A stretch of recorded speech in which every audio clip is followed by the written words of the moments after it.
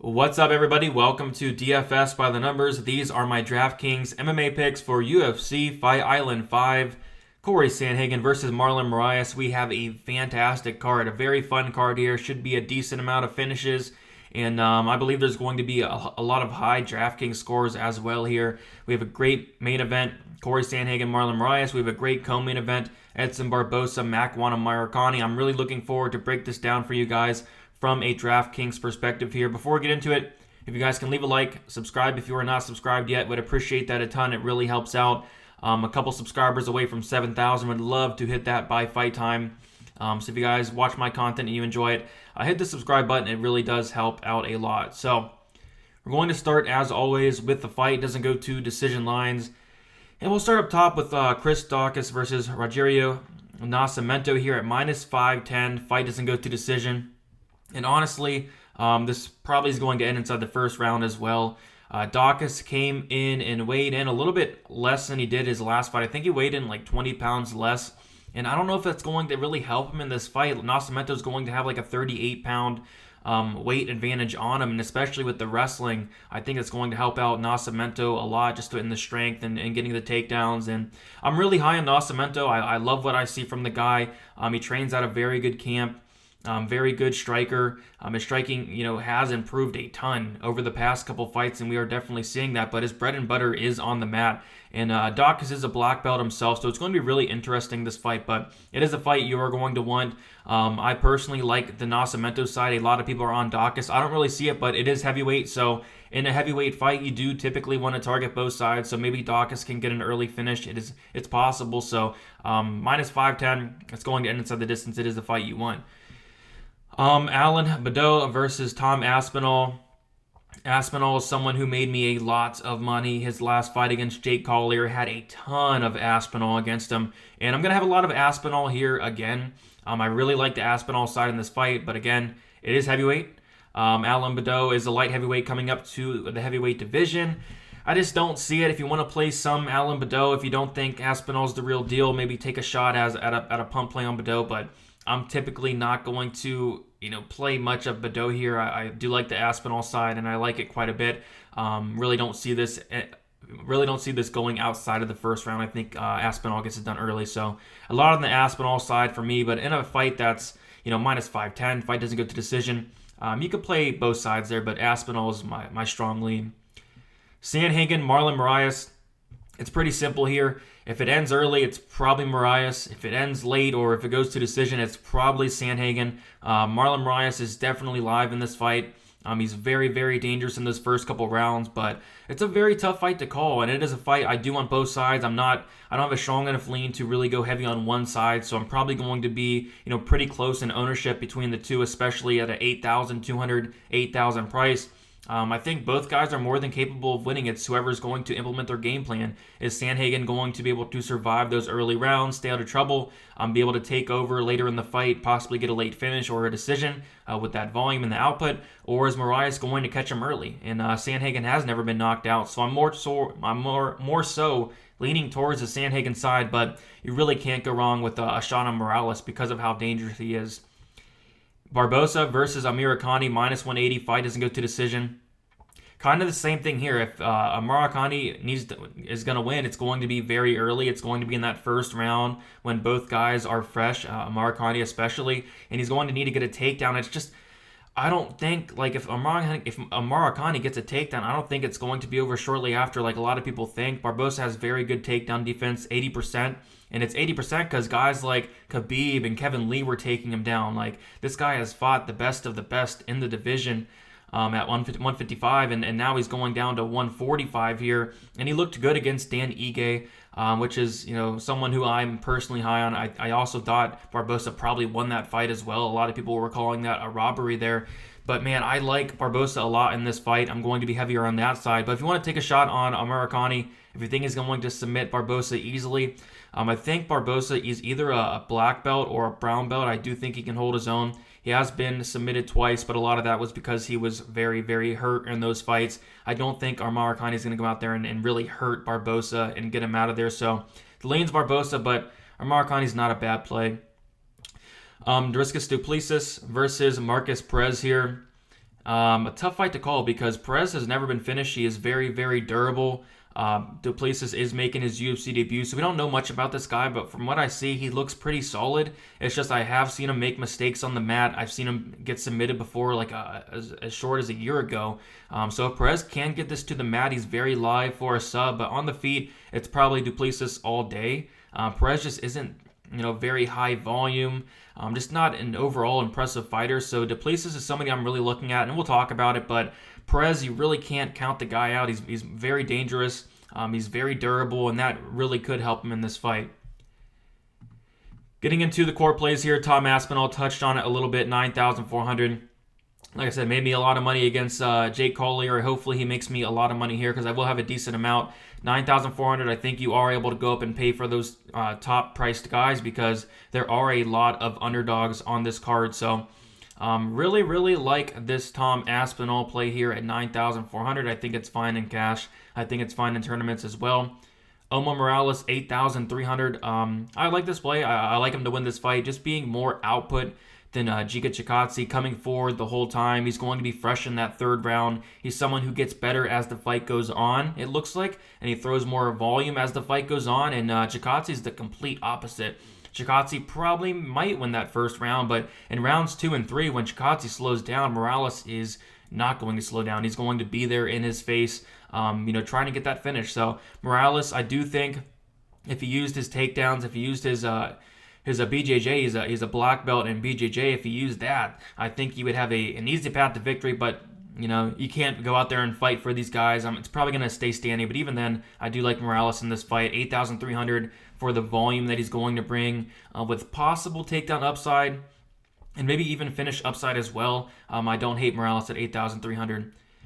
Corey Sandhagen touched on it a little bit. It's a tough fight to call, but my lean is Sandhagen. I'm going to be probably 100% owned on this fight, on this main event, and it's because Sandhagen throws a ton of strikes. He's going to throw probably double the volume of Moraes, and all he really has to do is beware of those first couple rounds where Moraes is most dangerous, and Sandhagen has shown him that he has a chin. He has a chin on him. He's never been knocked out. He has been submitted in his last fight, but I don't see Moraes coming out here with a grappling-heavy game plan. That'll just tire him out all that more, and we really do got to worry about Moraes' gas tank. He does slow down as the fight goes on, and Sandhagen has a gas tank that will be fine for 5 rounds if it needs to be. So Sandhagen is my lane, 8,200, but going to be playing both sides in that fight.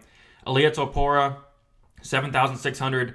With all these favorites, you are going to need an underdog, and I think he is probably a very high upside underdog. Of course, you have Moraes. Of course, Marcus Perez is high upside, but this is a dude that I believe all of his fights except one have ended in the first round. He is a finisher. He's going to come out here and get takedowns. And if there is a finish in this fight between him and Zalal, it's going to be Topuria getting the finish. And I really like what I see from this guy. This dude is dangerous. He has some power, very, very good submission game, very good wrestling game. And I've seen Zalal taken down a couple times so far in the UFC by guys like Jordan Griffin. And I think that Topuria is a much better probably wrestler than Jordan Griffin and fighter overall. I really am high on this guy. I know he's only 8-0, still very inexperienced, but so far from what I see, I think he has more than what it takes to go out here and get a finish. But kind of tread lightly because he is making his UFC debut. There are some question marks on his gas tank. If this does leave the first round, how's he going to look outside of that first round? So be aware about that. But in DFS, you want to target these high upside guys, and Topuria is very high upside. So he's somebody I'm looking at as an underdog and a core play. Getting into our GPP plays here, our tournament plays, Rogerio Nascimento, 9,200. I really like this guy. I really like what I'm seeing. I'm seeing a ton of improvements. Great camp. His striking is improving. He has an elite ground game. I think if this touches the mat, he's probably going to get a submission, and it more than likely is going to touch the mat. And Dacus is, I guess, a black belt, but still, I really couldn't tell from the tape I watched. But watching tape on Nascimento, I can definitely tell that he does have some, great BJJ credibility. I believe he's a brown belt. Wouldn't be surprised if he's a black belt as well. I do think he has the better cardio. We saw him go into the second round with Dontrell Mays. He looked fresh. He looked good. And Dacus, I know he's been working on his cardio a little bit, coming in a little bit underweight, so maybe he'll be a little bit more conditioned this fight, but I do got to give the conditioning, the gas tank to Nascimento. And if this goes past the first round, Nascimento probably gets a submission. I think Nascimento can even finish him in the first round as well. Just with the takedowns, with the top pressure, he's going to be the heavier guy, the stronger guy in there. I really like Nascimento as a high upside tournament play. And if you want to play Dawkins, he is live in that first round, but I really like Nascimento this week. Edson Barbosa, 8,000. It's just he's going to be throwing the more output on the feet. He lands almost like 4 times the amount of Makwan and Murakami, and if he's able to stuff those takedowns, which I believe he does, he's going to put an absolute clinic on Murakami on the feet here, and it most likely does play out on the feet. Maybe Murakami takes him down, but I think Barbosa can more than likely get back up or even stay out of trouble on the mat. And I really like Barbosa. Maybe even get a possible finish as well. We have seen Murakami knocked out before. I think he's more than capable of getting a knockout here on Murakami. So 8,800, decent output, decent finishing ability as well. I do like Barbosa. Triscus du Plessis, 8,400 is a decent play, especially at that price in a fight with Marcus Perez. And the winner of this fight, I think, is going to score very, very well, and he's going to be throwing most likely the more output on the feet. If he's able to keep this on the feet, I wouldn't really take this fight down to the mat with Perez. If you take it down to the mat with Perez, that's pretty much the only path to victory Perez has is working that ground game. If he's able to keep this on the feet, I think du Plessis can definitely win a decision. I don't know if he's going to be able to knock out Perez. I definitely don't see him submitting Perez unless Perez shoots for a takedown and leaves his neck open, but probably wins a decision here. And I think it could be high scoring, especially at 8,400. I do think there's some decent upside in that play there. Ben Rothwell, 8,500. He's a very durable guy. I think the last time he's been finished was like 2009, something crazy like that. It's a heavyweight fight as well, so I think if there is a finish, it's going to be on the Rothwell side. Tybura has been knocked out 4 times in 25 fights. Rothwell's been knocked out 2 times in more than double the fights of Tybura there, so Tybura is a little bit on the chinny side, and by a little bit I mean a lot on the chinny side. So if Rothwell lands a hard shot, backs up Tybura against the cage, he more than definitely could get a knockout, and I think it's going to be a low owned as well. Just like in the last week's heavyweight fight, everybody was on that fight because it was a heavyweight fight, and I can't believe Felipe won that against De Castro, but it was a very low volume, ugly, weird fight there, and it could be the same here, but I do think if someone finishes, it is Ben Rothwell, so I'm more than likely going to be playing a decent amount of Rothwell, not much Tybura, because of how durable Rothwell is and how much volume Tybura throws, in which is not a lot at all. So Tony Kelly is a very, very interesting play here. He landed a ton of significant strikes in his UFC debut against Kai Kamaka, and Al-Kaisi did not look all that great on the scales. He was one of the last people to weigh in. Very concerning there, and especially in a fight where, cardio is probably going to play a big factor here. I did worry about Ali Al-Kaisi going in there and getting some takedowns, but if he had a bad weight cut, if he's not 100% coming in there, if his gas tank's not where it should be, he's not going to be able to go out there and get takedowns for 15 minutes. So Tony Kelly is someone who brings a ton of volume. Maybe he can even get a late finish as well if Al-Kaisi does tire out. And using that wrestling heavy game plan, it does tire people out. And I don't know if Al-Kaisi does have that gas tank to go out there and use that game plan against Tony Kelly. So Kelly at 8,700, I think, is going to be low owned. I think he's going to throw a ton of volume. So Kelly is somebody I'm looking at as a nice tournament play there. Live dogs, Marlon Moraes talked about it a little bit, going against Sandhagen. If he wins, it's going to be probably in the first, maybe second round. Very, very dangerous. He's going to be at a decent size disadvantage as well. So I don't know. It's a tough fight to call. Like I said, I'm picking Sandhagen due to the volume, due to it being 5 rounds, due to the cardio advantage. But, would I be surprised if Moraes came out here and got a quick finish? I mean, a little bit, but not really. Sandhagen has shown that great durability. He's never been knocked out, but Moraes is a very dangerous guy. So 8,000, I think it's a fine play there, due to the upside that he brings. Ali Al-Kaisi talked about it a little bit. Not confident in what I saw from the weigh-ins at all. But, the game plan is there to get a win. That's to get takedowns on Kelly. Kelly has some pretty questionable takedown defense. So if he comes in here all 3 rounds and is able to get that wrestling going, yeah, he could win. But will he have the cardio to do that? I just don't think so. So if you think that Al-Kaisi can come in here and, compete for 15 minutes, get that wrestling going for all 15 minutes, or maybe even 2 out of the 3 rounds, yeah, he's a really solid play because he does have some good takedowns, does have a pretty solid submission game. But I don't know if he has the cardio to really do that. And on the feet, it's going to be Kelly all day. Not all that impressed with Al-Kaisi's striking. It was better than I thought it would be against Rivera there, but the volume is just so low from Al-Kaisi.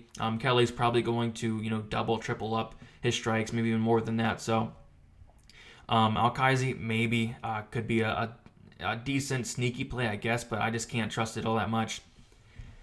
Marcus Perez, he's the UFC veteran here. I'm just not all that impressed with the guy. If he's able to get to the mat, I think he could have a solid advantage. He's very, very good on the mat. I just don't know if he has the wrestling to get it there.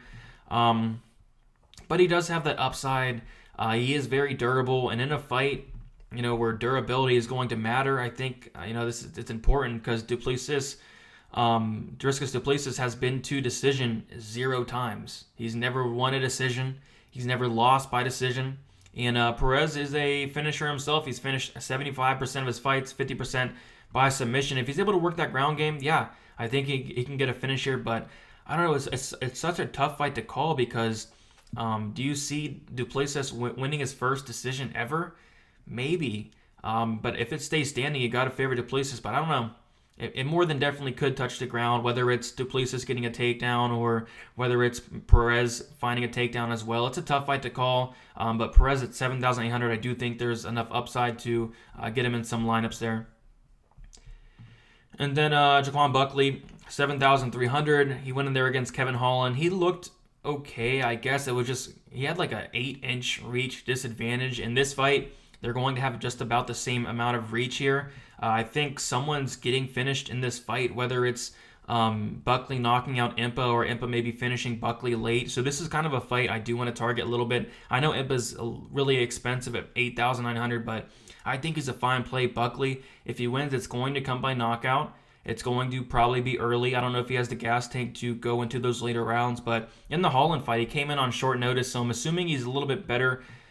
A little bit more preparation this time, but it's hard to really trust Buckley here. But in this play on he has the upside for a possible knockout. Impa is still pretty green, leaves a lot of openings. He's shown a really good chin against Maki Pitolo, but 8-0. He just started his MMA career a couple of years ago. I think Buckley is a decent play here, but Impa should get it done. But if you're looking for some upside, some possible finish upside, I don't think Buckley is all that bad of an option, especially at 7,300. And then finally getting into our pump plays, Stephanie Egger, 7,200. She is making her UFC debut here against Tracy Cortez.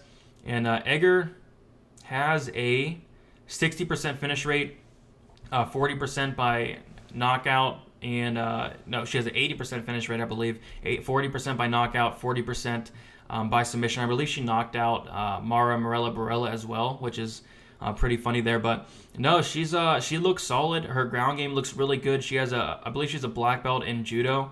And this fight is going to be very close. So 7,200, I think we're getting a lot of value here. And maybe she's able to get takedowns. I've seen Cortez taken down a decent amount of times.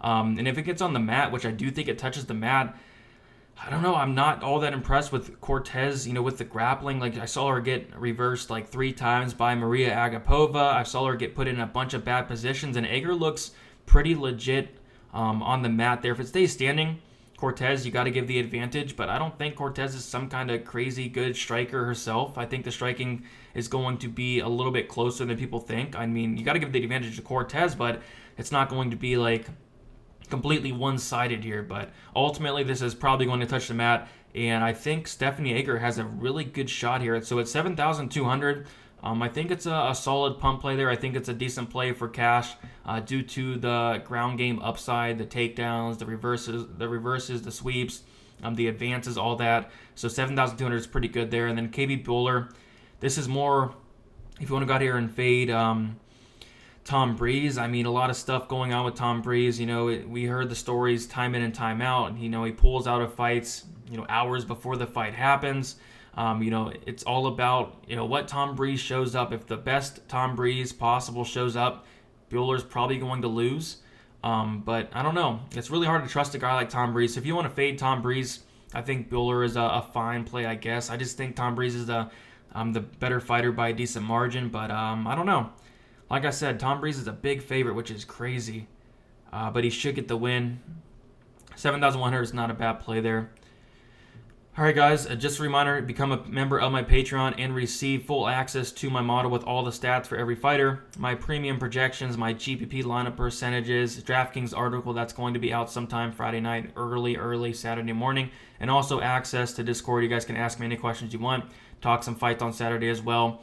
That's about it for this card. Very, very good card. Really, really excited to see how it all plays out. If you have any questions, you know to reach me, please leave this video a like, subscribe if you are not subscribed yet, and good luck on Saturday.